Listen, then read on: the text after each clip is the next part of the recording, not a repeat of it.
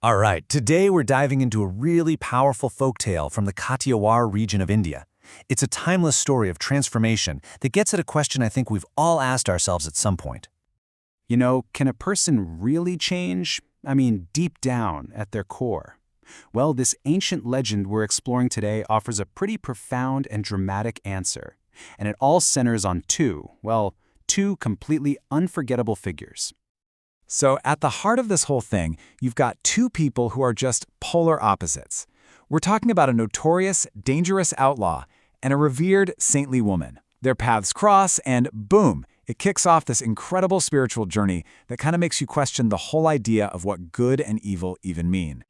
And I mean, the contrast is just wow. On one side, you've got Jesal Jadeja, a fearsome outlaw. The guy literally says he's possessed with venom, just consumed by revenge. And then on the complete other end of the spectrum, there's Jesal Toral. She is all serene divinity, totally committed to the path of bhakti, which is all about devotion. It really is the ultimate showdown between chaos and calm. So you're probably wondering, how on earth did these two even meet? Well, it all starts with this other guy, a warrior named Sasathya. See, he'd found his own peace through devotion, and he's a true believer in Toral's power to change people. So he makes this absolutely wild request. He convinces Toral to go with Jesal, this super dangerous outlaw, because he's sure she's the only one who can turn him around. Talk about an impossible mission, right? Now, as you can probably guess, a guy like Jesal isn't just going to say, okay, I'll be good now. Nope. His first move is to actually try and corrupt her, but he quickly realizes her spiritual strength is like an unbreakable force field. And this is where we get the story's first big lesson. So, he's getting desperate, right? He's trying to get under her skin, to break through that calm. And in this moment, he lays it all out. He tells her the source of all his darkness, that the reason he's filled with this venom is because people he loved hurt him. It's not just a confession. He's trying to justify his whole life of revenge. He's trying to make her see why he is the way he is. But Toral, she doesn't flinch. She doesn't judge him at all. Instead, she offers him a cure. She basically says, look, a snake bite, that can be cured. The real poison, that's the one you carry inside. It's your ego, your I. Her advice is so simple, but so deep.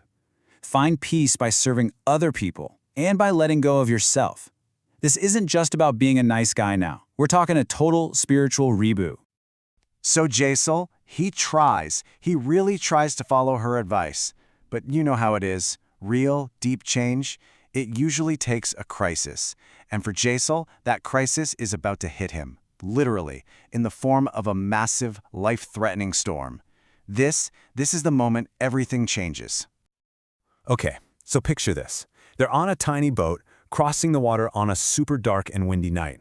Out of nowhere, a tornado starts to form, and it is heading right for them. And Jesal, this fearless outlaw who's probably stared death in the face a dozen times, he is completely and utterly terrified. He sees it's over. All that bravado just shatters. He's so scared, he just begs Toral for help. He knows she has some kind of special power to save them. And Toral, she sees this as her chance. She's like, okay, I'll help, but on one condition. You have to confess every single sin you've ever committed, and you have to mean it. With all his pride gone, Jesal just does it. He confesses everything. And get this, the second he finishes, the storm just fades away.